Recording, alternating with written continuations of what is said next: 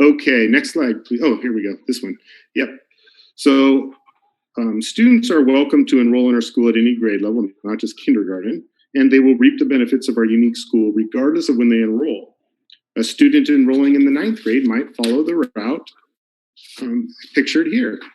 Note that in 10th grade, students have the added option to enroll in the direct instruction program.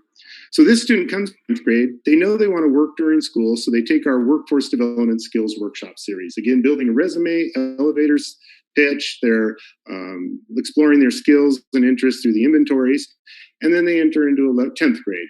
Well, they decide they want to get a job and work in the hospitality industry. So they take our CTE Hospitality Course 1 and continue with the blended learning program, the hybrid, where they're doing a lot of their work at home, which allows them to get a job during the day. And they complete 10th grade, move into 11th grade, continue with blended learning, and enter into Hospitality Course 2, again, part of the CTE course sequence. They go into 12th grade, they graduate from the blended learning program, they graduate with a high school diploma, a resume, an elevator pitch, a 6-year plan, hospitality skills, and they can enter Miracosta College's hospitality program to further their education in that industry, or pick up management and business skills if they want to open a restaurant or hotel or whatever they want to do, or they can enter the workforce. Completely up to them. Next slide, please.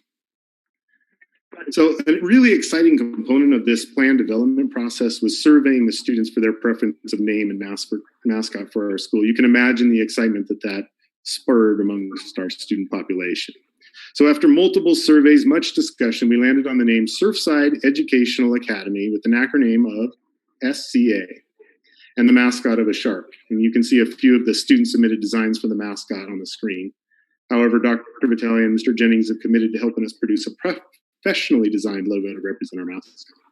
We're super excited about the name and acronym of this school because the actual sea or ocean supports a vast array of living diversity that thrives in a shared watery world encompassing a whole array of ecosystems. It's a perfect metaphor for our school's culture, which serves a diverse community through a multitude of learning options. Sharks are designed for perpetual movement. They must keep moving or they cease to exist. Another beautiful metaphor for lifelong learning, which we intend to instill in our students. These representations are an excellent reflection of our vision and mission statements as well. Our C, if you will include the Surfside High for direct instruction and the Surfside Academy for blended learning. Our names are connected and our programs are diverse to match the needs of students, and they also align with the CDE program requirements for each of those programs. Next slide, please. In closing, beginning in the summer of 2019, the Ditmar team set out to accomplish the task of creating a transformational school to meet the diverse needs of our students in Oceanside. Throughout the school year, Ditmar staff and students engaged in vigorous collaboration, rigorous investigation, and a team-driven process resulting in a proposal for this unique school. This proposal was forged from the input of students and staff, as well as the needs identified by site, district, and state data. We're excited and grateful to have had the opportunity to present this model to you, and we're confident that a school based on this design will serve the needs of our students well into the future. It's been my absolute privilege and honor to work side by side with my team and the community to create this plan for this amazing school. Thank you very much for your time and looking at this proposal with us. And now we would like to open for Q&A.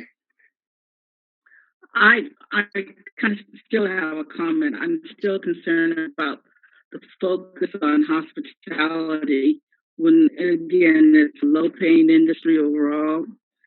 And I didn't really hear or get the flavor of high expectations and rigor. I know you talk about a vigorous collaboration, but in terms of students leaving the school, going into the workforce, will they be able to buy a house? And if so, how soon? Will they be able just to maintain a quality standard of living for Oceanside, let alone other cities in Southern California? Go ahead. No, those are great. Those are really good points. And our every intention is to ensure that our kids graduate with productive options for their post-secondary experience.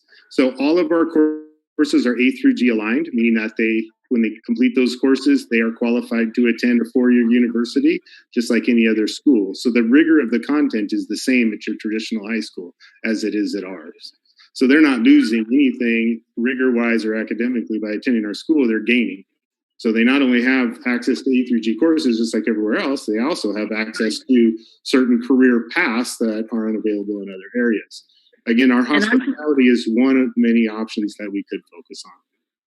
Perhaps we could emphasize those other kinds of careers that are high paying. I mean, one has to go to trade school or be an apprentice, like being a welder, which is a huge demand for the high vac industry, which is a tremendous demand for basically industry construction. I think, you know, we want to sell this program. We want to sell Oceanside. And we just cannot keep promoting these, I don't know what to say in terms of what I heard tonight. You know, it does make me want to jump up and down and say, yay, this is going to be a phenomenal program, when all I see is hospitality and knowing what the employment's like. I think we really need to look at some of the more glamorous, some of the more, for want of a better word, sexy kinds of careers than just quote unquote hospitality. In fact, I wouldn't even have it on the PowerPoint. Eric, what I'd like you to do is, can you talk a little bit more about TCI? More careers out there. I'm sorry. Eric, can you talk a little bit more about TCI and the collaboration with that school as part of MiraCosta and the various programs that they have and what their entire mission is and how we're really building a program that feeds into that? You bet. As with construction and hospitality? You betcha. Yeah, and Miss Evans, you're speaking my language. When I was in high school, I graduated with a welding certificate as well as a certificate of automotive repair. I'm a hands-on person. I know what it means to work in that industry. I was also a fishing boat captain for 11 years. So, man, you're speaking my language. I love what you're saying, and I have the span of work across the board in terms of white-collar and blue-collar jobs. So I love that you're saying those things. Relative to what Dr. Vitale is saying, one of our partners is the Technical Career Institute through MiraCosta College. They have this amazing program where they offer 20 different options for kids who are leaving high school. It is a post-secondary option, but these courses range from veterinary medicine to engineering to robotics to drones, underwater and airborne drones, to welding, like you said, welding, various kinds of medical engineering. They have 20 different things. The beautiful thing about it is that the Technical Career Institute courses are 4 to 6 months long. Their job placement is like 95%.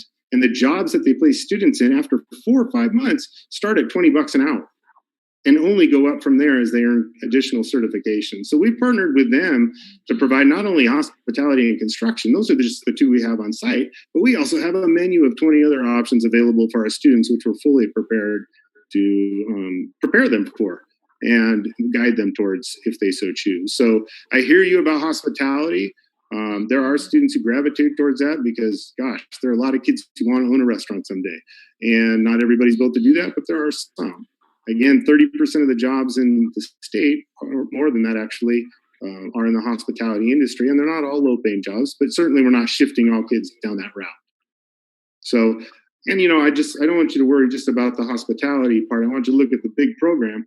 Gosh, this program we put together is based on Ed Code. It's based on research. We've read several books, looked at articles, visited schools. This school is designed to mold to the fitting of each kid. It's a personally designed program to meet the needs of students where they're at. So I hope, you know, we can work with hospitality, but that's not the main drive. That's just one little tiny component of it. Wow, Eric, thank you for being so thorough, you and your team. You're welcome. Thank you. Now I hear the enthusiasm in your voice when you talked about the ladder and all the other opportunities. Thank you. You're welcome. No, it's my pleasure. You started speaking to my heart a little bit. All right. Well, thank you for sharing. And we're going to move on through the agenda. We're now on item 7. We have 4 action items there on personnel. So we'll start with 7A, the proposed reopener by the California School Employees Association. And it's Chapter 370 to negotiate with the Oceanside Unified School District in 2020, 2021.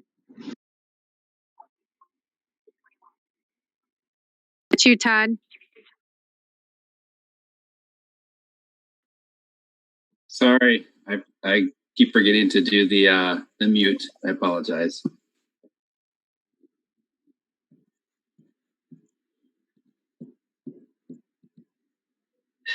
Seven A, Todd. Yeah, this is the reopener. Sorry, I lost my words there. It's the sunshine proposal from CSEA, so that we can go ahead and get started with our negotiations.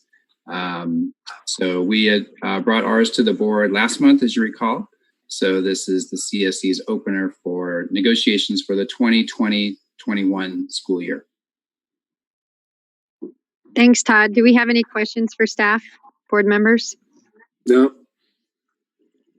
No. All right, and we have no public input for this item. Any further discussion? I'd make a motion to approve. I'll second. Excellent. We have a first and a second, so I'm going to call for a vote. I'm going to read your names off again. Raquel Alvarez, Yes. Eric Joyce, Aye.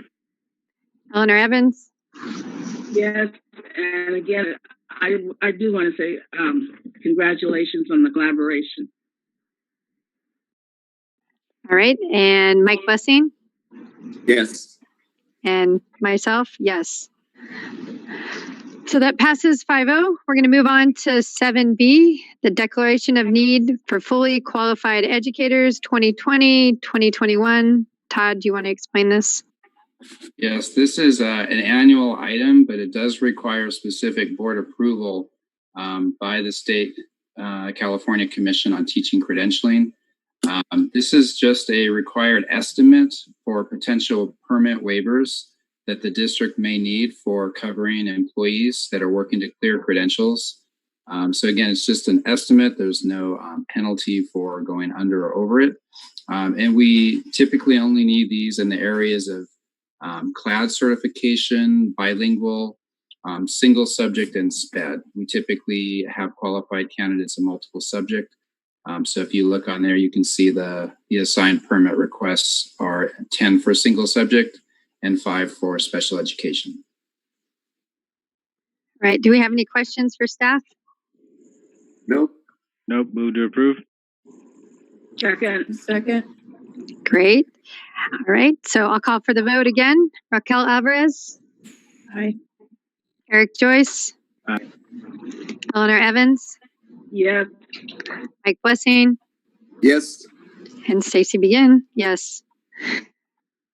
Carries 5-0. We're moving on to 7C, the revised class specification, after school program supervisor.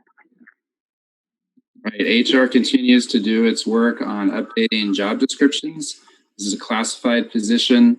The title previously was after school program supervisor, which is a little misleading because there are before school as well. So it's renamed extended school day liaison. And then it's just updated, as you can see, strike through and additions are highlighted. Any questions or discussion, board members? No. Nope. Nope. Thank you. Move to approve. We have a first and a second. Great. I'll call for the vote. Raquel Alvarez, Aye. Eric Joyce, Aye. Eleanor Evans, Yes. Mike Blessing, Aye. and I myself. Motion carries 5-0. We're moving to the last item, 7D, revised class specification, purchasing manager. We have an opening in this position, so we're using this time to update the job description for the purchasing manager so that we can post it and fly it as an updated classification. Do we have any questions or discussion? Nope. No, I'll make a motion. Get a first, get a second? I'll second it. Thank you, Eleanor. So we'll move, I'll call for the vote. Raquel Alvarez? Aye. Eric Joyce? Aye. Eleanor Evans? Aye. Mike Blessing? Aye. And myself, aye. So that one carries 5-0. Now we're moving, thank you, Todd. Now we're moving to 8, curriculum and instruction. We have 2 items. The first one is A, approval of license agreement with Apex Learning. We hear from staff. Yes, thank you, Dr. Begin. When we have been moving towards our distance learning program, we acted quickly to identify Apex Learning as an A through G approved provider of interactive courses for our high school students and also for our students in 6th, 7th, and 8th grade. This contract allows us to have instructional portions that are available for students to supplement the work that's being done by their teachers and to provide a distance learning platform. It also includes a 12 online professional development sessions for teachers to help, again, support them in their development of distance learning and to provide A through G aligned courses for our students. Thanks. Do we have any questions for staff? Nope.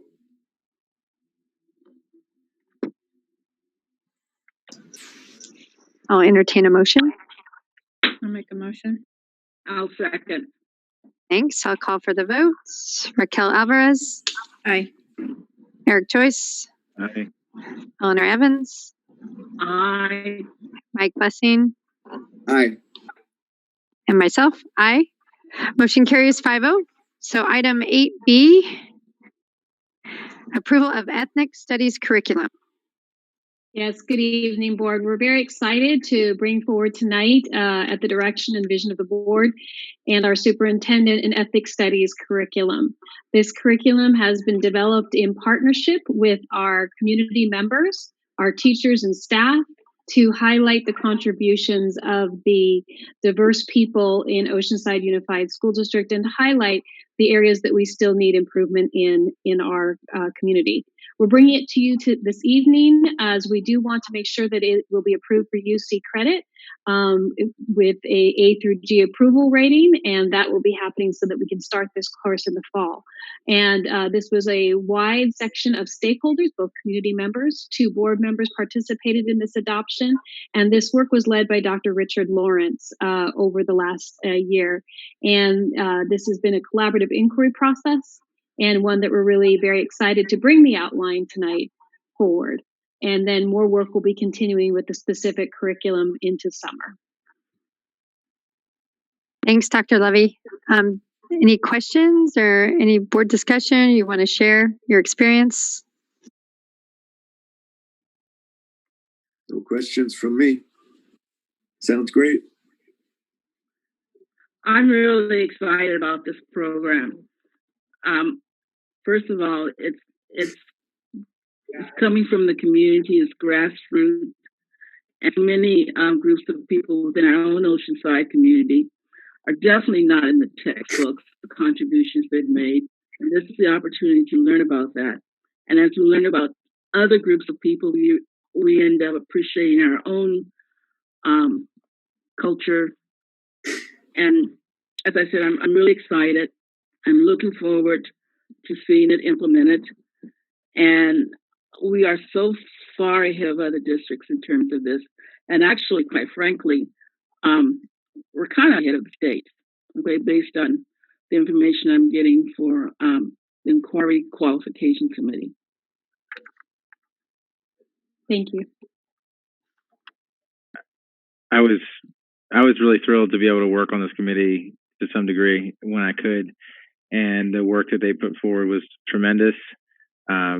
Making sure that all of our students can see themselves in our world and see the way that they can be empowered to make change within their own community and then at the greater community at large. It's fantastic. Do we still have work to do to work through the curriculum this summer and getting it out to more community groups? Yes, Mr. Joyce, that is one of our plans. Tonight's board action will allow us to submit the outline, which is the basically the standards and objectives for the course that will be aligned to the UC system. And then by July, we'll be able to bring curriculum back to the board, so you'll be able to see the curriculum. And as this is a living document, and as we learn more and as we grow, we want to make sure it continuously evolves and reflects the community as it is today. So that's really exciting and a great opportunity that we have to continuously look at the curriculum and have it reflect the contributions of our local community and of our state. Thanks. So with that discussion and questions, do I have a motion to approve? I so move that we approve. I would love to second. Excellent. I will call for the vote. Raquel Alvarez. Aye. Eric Joyce. Aye. Eleanor Evans. Aye. Mike Blessing. Aye. Myself. Aye. Motion carries 5-0. Moving right on, we're checking through this agenda tonight. Nice work in Zoom land. I like this. Yes. So we are on number 10. 10A, this is special education. It's the approval of the master contract for residential treatment center for 2019-2020. Staff want to share some info? Yes, good evening, board. As you may recall, in the springtime, we have many contracts that come forward that help us to make sure that we can provide the least restrictive and appropriate education for each student. And so sometimes within our school district, our offer of free and appropriate public education cannot be met regionally or within our own district. So we prepare a contract with other providers who can provide that FAPE to our students. And this is approving that contract for this year.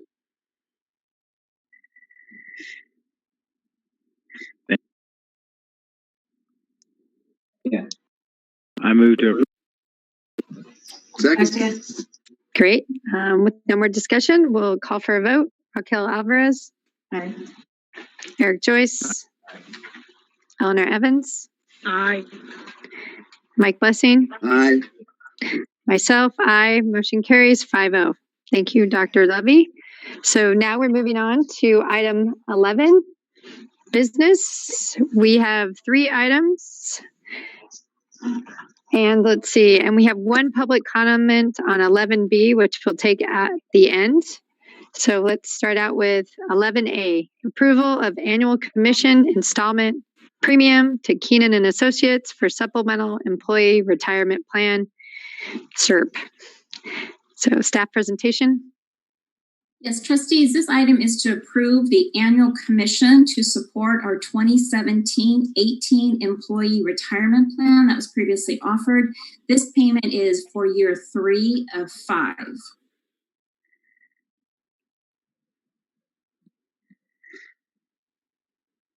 Have any questions? Don't have any. All right, I'll entertain a motion. Motion. Second. Second. Excellent. All right, I'll call for the vote. Raquel Alvarez. Yes. Eric Joyce. Aye. Eleanor Evans. Aye. Mike Blessing. Aye. Myself, aye. Motion carries 5-0. We're moving on to 11B. This is a presentation and approval of the 3rd interim financial report for 2019-20 and approval of resolution number 23, 2019-20, authorizing adjustments to the 2019-2020 adopted budget. I'm going to turn this over to Dr. Soto for the presentation. Thank you, trustees. Thank you, Mr. Moon, for the presentation. Good evening, President Blessing, Superintendent Vitale, and esteemed board. Tonight, staff will be presenting the required 3rd interim financial report. And before we begin the presentation, I want to just take a minute and introduce Mr. Tim Golden, our Director of Fiscal Services, is presenting information and available for questions as well. Next slide, please. So let's begin this evening discussing what staff will be reporting. As you may recall, 3rd interim provides a summary of changes from February 1st through April 30th. changes to revenue, expenditures, ending fund balance, as well as an updated multi-year projection will be presented. Since we're in a qualified status, a fiscal stabilization plan must be included.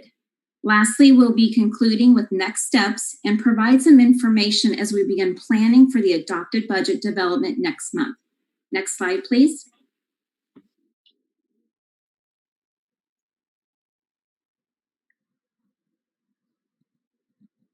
Okay, well, we'll catch up. As mentioned, we are in a qualified status, meaning that we may not be able to meet our financial obligations in the third year out. So that would be 2021-22. And our status was certified and approved by the County Office of Education. At this time, I'd like to welcome Tim Golden to continue with the next slide. Next slide, please. Good evening, board and Dr. Vitale. As you know, hopefully by now, my name's Tim Golden, and I'll be going over some of the details of the third interim presentation. On the slide that you'll see here are the changes from each reporting period, particularly the second interim changes to third interim changes, which are outlined in that far right column there. There's been a slight increase in revenue and a decrease in expenditures, and that's going to result in a higher ending fund balance, as well as the reduction in that expenditures is going to lower our required reserve amount. We'll break down some of the specifics of these changes on some upcoming slides, and I'll ask Greg to please go to the next slide.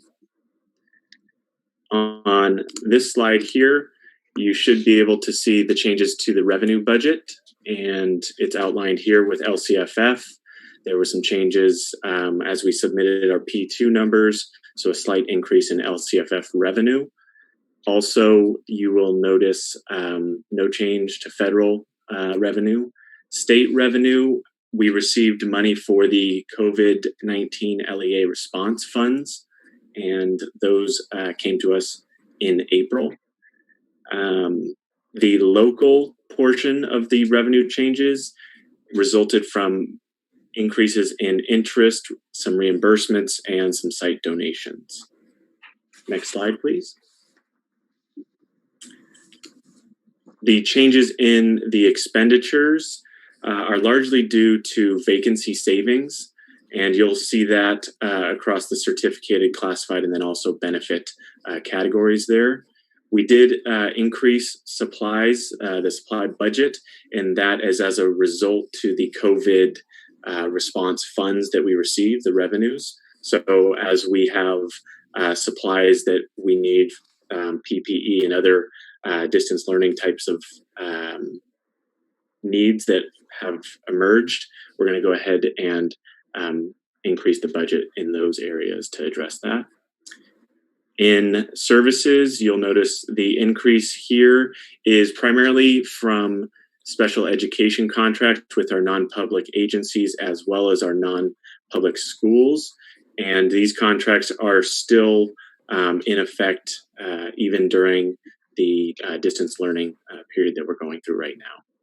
And the final item that's there is a capital outlay, and that is going to be a result of some roofing materials that we're looking to purchase. Next slide, please. The components of the ending fund balance, much like the slide that you saw earlier, this will show the changes from each reporting period for the components of the ending fund balance. There's a slight increase in our stores inventory and an increase to our facility maintenance assignments for some ongoing maintenance projects. And other than that, there really hasn't been much change across these line items. So I will ask for the next slide, please. And what we're going to go over here is basically the multi-year projection and discuss how it's affected our multi-year. So on this slide here, you'll see some of the assumptions that we have. We have the COLA in the current year, 1920, at 3.26%. In 2021, it is statutorily at 2.31%, but given all of the climate that we're in right now, it's been said that that could be reduced down to zero and even further into the negatives at a deficit. And then the third year out, we have a 0% projection, which was previously, before everything had happened, was a 2.71%, but we reduced that down to zero given the information that we're starting to receive from the state. We continue to project declining enrollment at 410 in each of the subsequent years, 2021 and then 21-22, with ADA at 94%. We are reducing any one-time expenditures from the budget so that they're not showing up in each of the out years.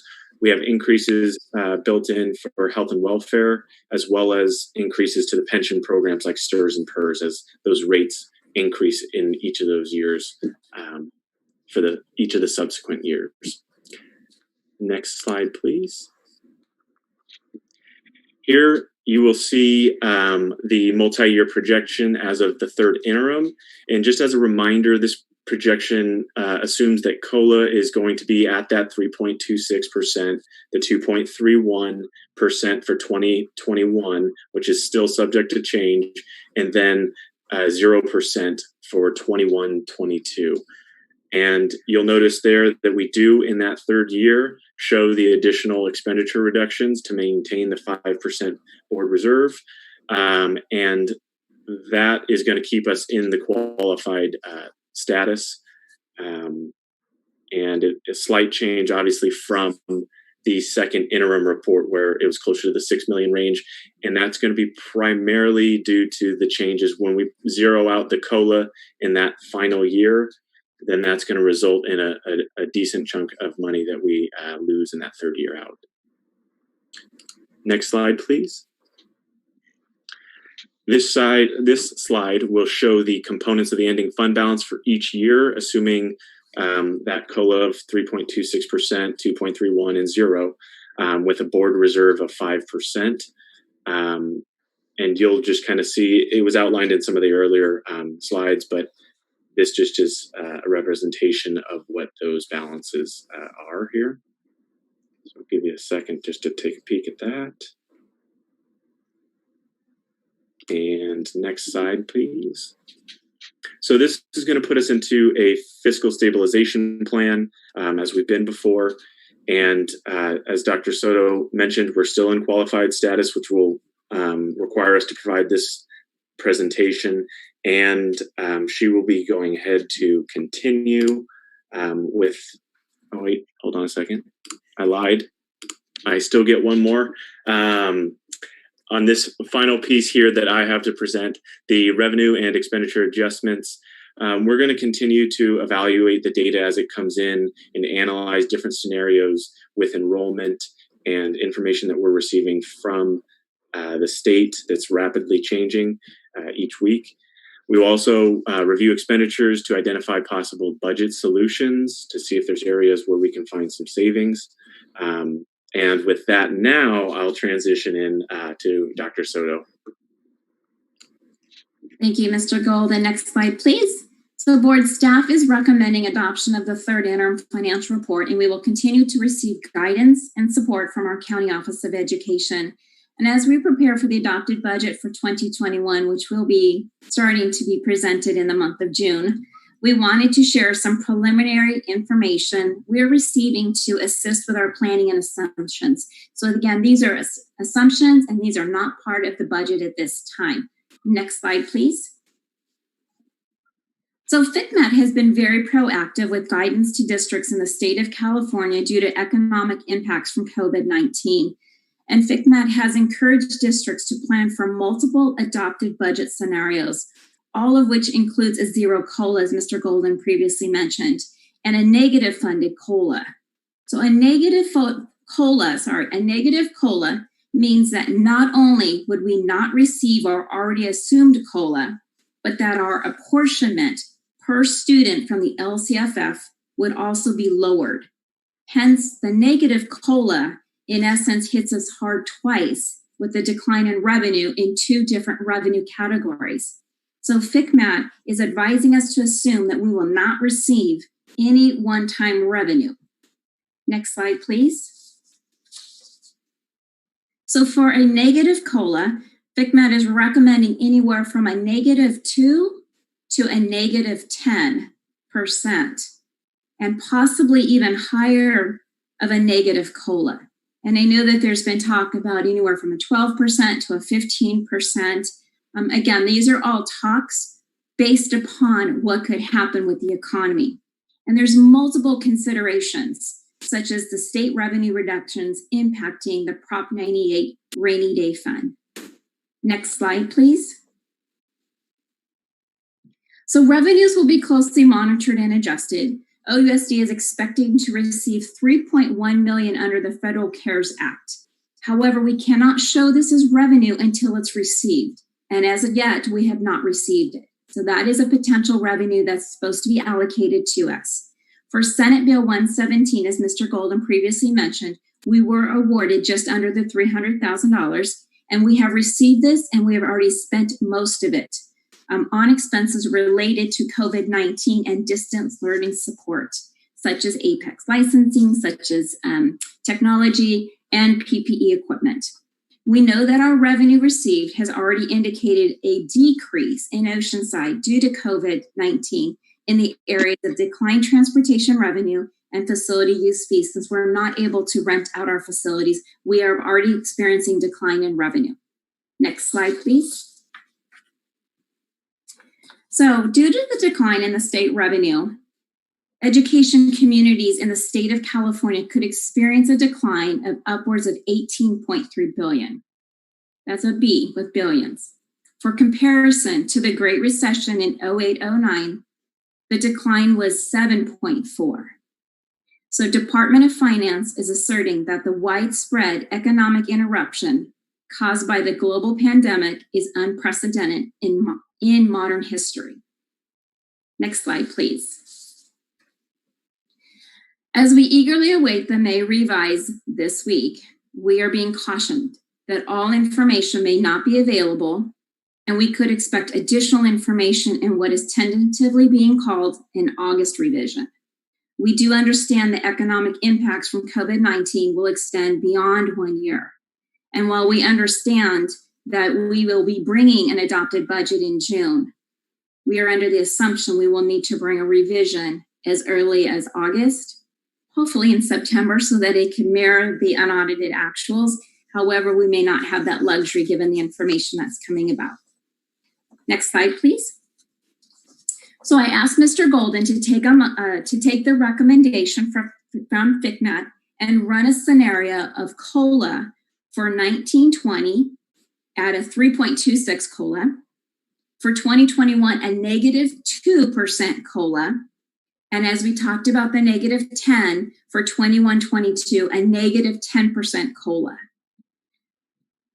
These would continue with the same assumptions of declining enrollment of 410 scholars and reducing staff to align with declining enrollment. Under this scenario, you'll notice next year, which begins July 1, it would indicate that we would be required to address a shortage of almost $3 million for the school year and almost $40 million for 21-22. That would assume a negative COLA. This would also assume the 5% reserve for economic uncertainty. Staff is only providing this as a projection based upon some very preliminary information, and we are not asking for board to act on this recommendation. Next slide, please.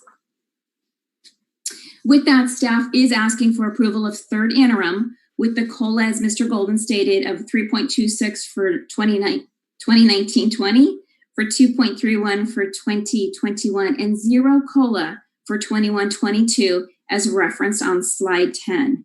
And with that, staff is available for any and all questions. If there were to be more money coming in through another federal bill, would that money be allocated in the, assuming that it goes through the state to be allocated in the same way, will we expect to get proportional amounts compared to the first time around? So if they say that 13 billion went to schools the first time around, if that were to go up, if that were to double, will we expect our income from that to double as? We hope so, Trustee Joyce. Typically, all allocations will follow the very first allocation of identification of how school districts will receive the per pupil allocation. We would assume that it would follow the same funding source, which is why things are very much in flux, which is why we are anticipating some very interesting numbers this week from the May revise. And the sooner the state is able to be engaged in more businesses, revenue will increase, and we will start to see less discussion about the negative COLA. Do I have any more questions for staff? I have a concern regarding slide 10. In my heart of hearts and my limited experience with economics, I just feel we're being very optimistic in terms of the numbers we're projecting. I really think, if we really, how bare bones can we get and still operate as a district? And that's a question that I know you really cannot answer, but I think it's something we really need to think about. All right. Do you have public input on this item? Are we ready for them? All right. Todd Madison.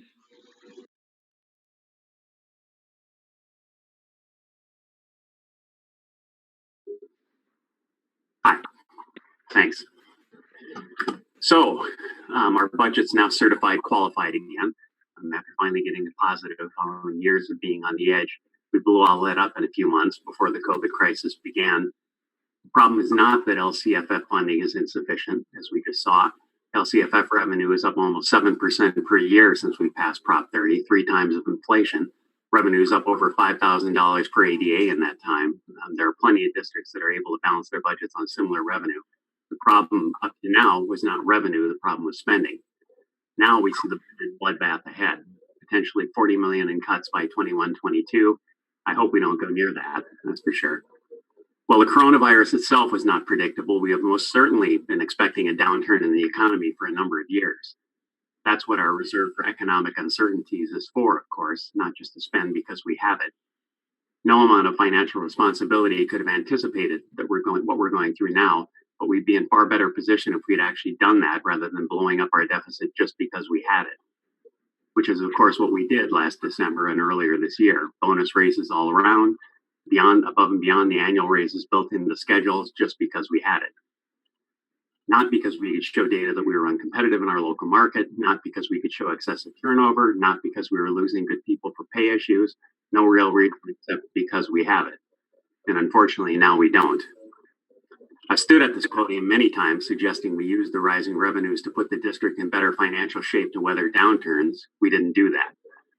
This is not an I told you so. It's a demonstration of the fact that these things can be seen in advance. And now we see cuts are coming. We can see that in advance as well. Parents need to be able to count on the board to protect their kids' interests in this. Parents and their kids need to come first. Coming up with millions in cuts is going to require some pain, certainly. Let's make sure that as we evaluate ongoing expenditures for possible reductions and find budget solutions, we're all thinking of ways that pain can be minimized for our kids, first and foremost. Thanks.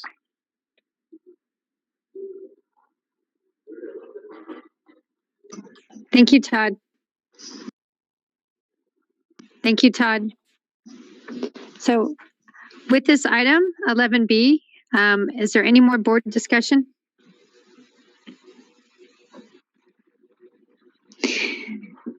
No, none at this time. All right.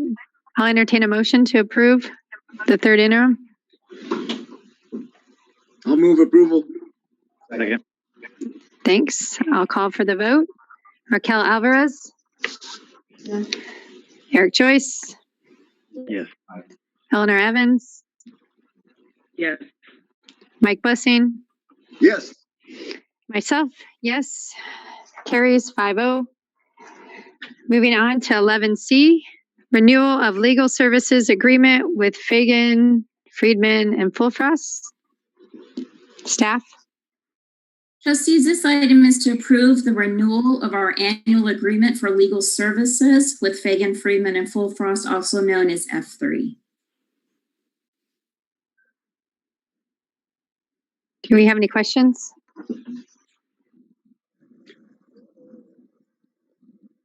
No questions? No discussion? Do we have a motion? I'll move approval. Second? Second. Thanks. All right, I'll call for the vote. Raquel Alvarez? Yes. Eric Joyce? Aye. Eleanor Evans? Aye. Mike Blessing? Aye. Myself, aye. Motion carries 5-0. All right, moving right along, we're now on item 12, policy development. 12A is the approval of the revised board policy 5142 on safety. Yes, good evening, Board of Education. This policy reflects changes to state law and most importantly ensures that we are creating safety procedures and training our people on ensuring that our students are safe on school grounds and during school activities. And it also accounts for having the school IDs, the backside of them printed with hotlines for domestic violence and suicide prevention so that we are making sure that our scholars have access to that information in a very quick and immediate way. Thanks. Do we have any questions for staff? None for me. Nope. I'll move to accept or approve the board policy. Second. Great, thanks. Well, I'll call for the vote. Raquel Alvarez? Yes. Eric Joyce? Aye. Eleanor Evans? Yes. Mike Blessing? Aye. Myself, aye. Motion carries 5-0. Now moving to 12B, which is the approval of another revised board policy 5141.21, administering medication and monitoring health conditions. Yeah, so this board policy reflects changes to current law that ensures that physician prescribed medications can be administered to students either by themselves or by trained personnel on the site, and ensures that students and personnel are trained and that the administration of the medication is done in accordance to the physician's directions. It also disallows the use of medical marijuana on school grounds. Any questions? Ms. Evans, I think, are you asking a question? Eleanor, you're muted. You need to unmute.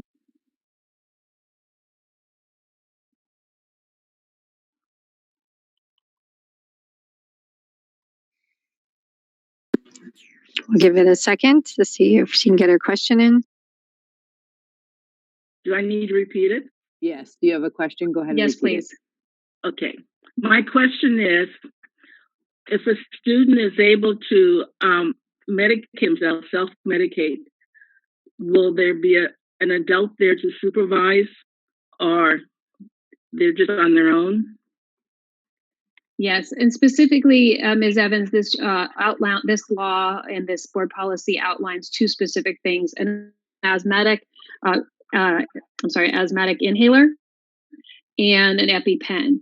These two medications have been known to be very safe, and as most of our scholars are under constant supervision of adults, they would, of course, have an adult be with them, and that would only be in the case of older students who physicians feel that they can. Nurses also provide support to those adults who are with the students so that they know the appropriate use of those medications. And again, would teachers be involved with this in any way?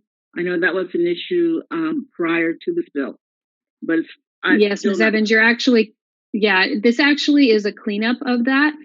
Several years ago, there was the question about requiring the administration of medication by principals and or teachers, and that has since changed, and this is what it reflects, that Parents can provide that medication, students and other trained personnel, but that it's not a requirement for certificated personnel to administer, but rather that they would be trained by the medical professionals. So it's a change to that law that you're remembering. Thank you. I have okay. The issue about marijuana as a medicinal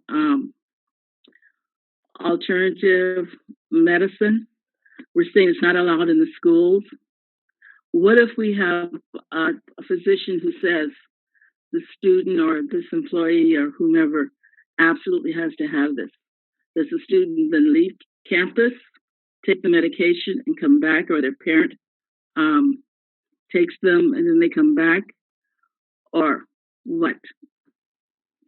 Yeah, we have not encountered that as at this time, but based on the fact that we do have federal funding and federal law disallows marijuana as a medicine, even though state law allows for it, that's why we are required to not administer it or have students administer it on site. So your suggestions are exactly along the line. Should we come across that? I know our Student Services Department, under the direction of Dr. Sparks and the rest of the team, our nurses, would come up with a medical protocol that would allow for that, to make sure that any medical necessary treatments that students need are both provided to the student and also follow the state and federal law.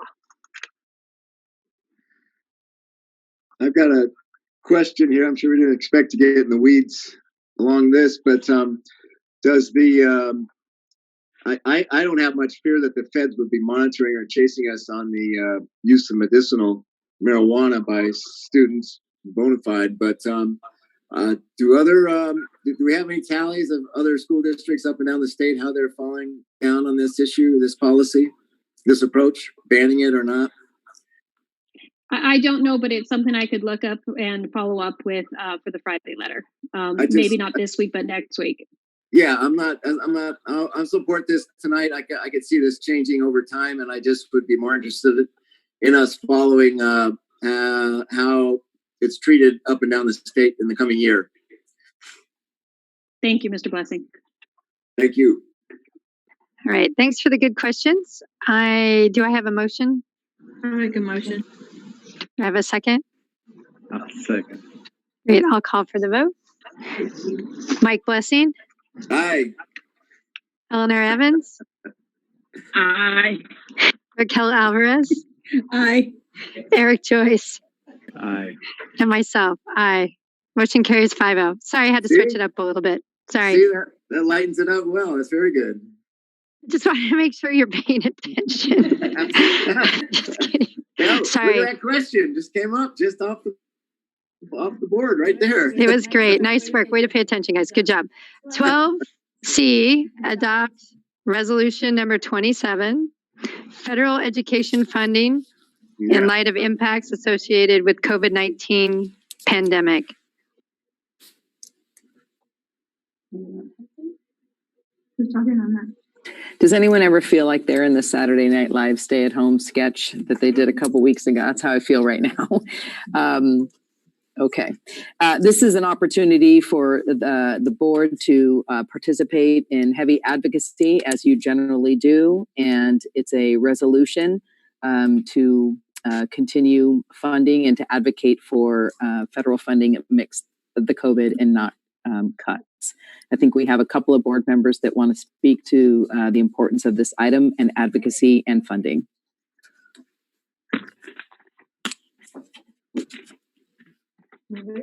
Or if we're still in the skit, maybe nobody. That's okay. Wait. Okay. I think several of us do want to talk to just give us time to push the button to speak. I think it's this resolution should not only just go to the state, it should go all the way to Washington, D.C. and to anyone who's above us in terms of running for office. Did you hear me? Okay. All righty. I know I've been to several presentations We have got to get to be a lot more creative in terms of how we obtain funding for our schools. And we've got to hold accountable those officials that we've elected, whether they quote pro school or not pro school. They need to be aware that education is the foundation for our democracy. We should not always be, this ugly stepsister, who gets, the crumbs from the table, if any. It's real important that this resolution go forth and that it go forth with the vigor of this board. I'm finished. I would second that statement. I'm fully on board. California itself has lagged behind other states because of a lack of investment in their education. Our California, and I'm talking about the state itself, it's teacher to student ratio, it's nurse to student ratio, it's all the ancillary, all the additional people that make a school community thrive. We have not invested in as a state, and partly is because we are lacking some of the federal funds, so we're asking for the federal government now to step in. But we, like you said, we have to call on all of our state leaders, all of our federal leaders, knock on every door, turn every stone over, because we cannot afford to step backwards when we are already not meeting the mark. And in light of our third interim report, that was all doom and gloom. These cuts in public education on the horizon, it's just that there's no better time for the advocacy to start pushing the feds to properly fund public education, especially the rumor is fully funding special education is part of one of those CARES Act, number 4. So I know that the Certificated Oceanside Teachers Association has put something out to their members, as well as my 11 districts that I work with in North County, San Diego, to have their members reach out to their congressmen and women and try to get more funding for public education. So I hope we can continue to do that as a district, and this board policy is the first step. So with that, do I have a motion? I'm sorry, we almost got there. One relevant piece of information that has come out today is that in the draft put forward by the House, we are completely missing the mark. It's at $60 billion for public education K-12, which doesn't meet the request by any advocacy organization out there. So the draft doesn't meet the mark, so we still have a lot of work to do. So this is more important than ever. Thanks. So did I have a motion? Because we all spoke at once. Yes. I'll make the motion. I have a second from Raquel. Great. So with that, I'll call for the vote. Get ready, guys. Never know what order I'm going to go in. Eleanor Evans. Aye. Mike Blessing. Aye. Eric Joyce. Aye. Raquel Alvarez. Aye. Myself, aye. Motion carries 5-0. Thank you. So last but not least, my favorite part of the meeting, 13 is public comment on non-agenda items. And I've been told we have 2 public comments, and I'm so looking forward to these. So I'm going to turn it over to Anne. Okay, our first person will be Courtney Peluso.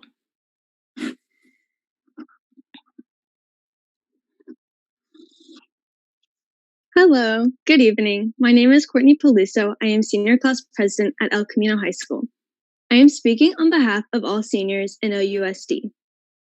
We want to thank the administration and all of the Oceanside Unified School District, as well as the school board, for your support and concern for our safety.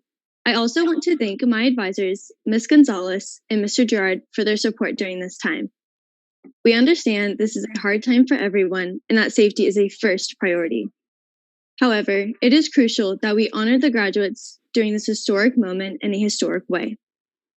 During our most recent meeting at EC regarding graduation, Principal Frazier entertained the possibility of a diploma pickup drive-through, similar to what we have seen at high schools across the Inland Empire, who also have a graduating class of over 600.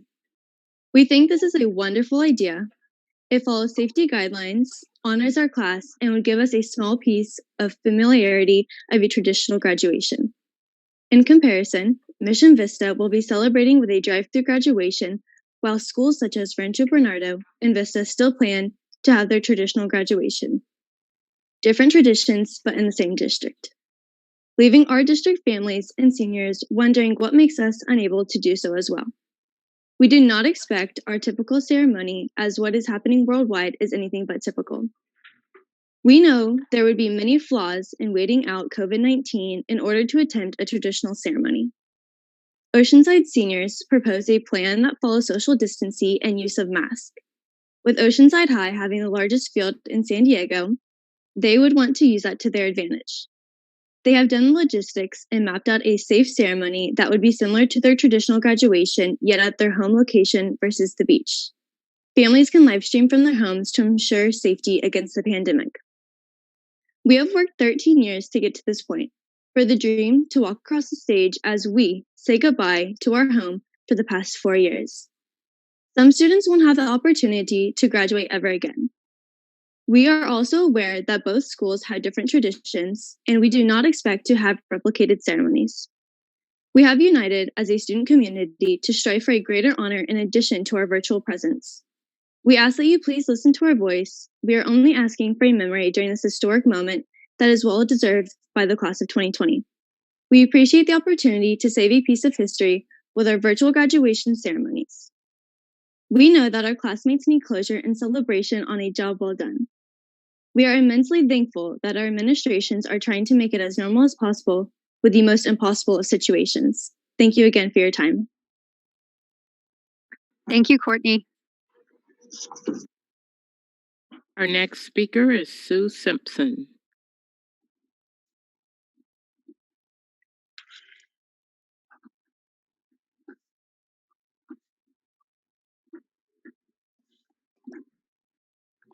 Hello. Thank you for allowing me to speak. As one of the many parents of the high school seniors here in Oceanside, we would like our elected officials to know we understand how the pandemic has altered education and forced a traditional education to pivot to be online and virtual in a matter of no time.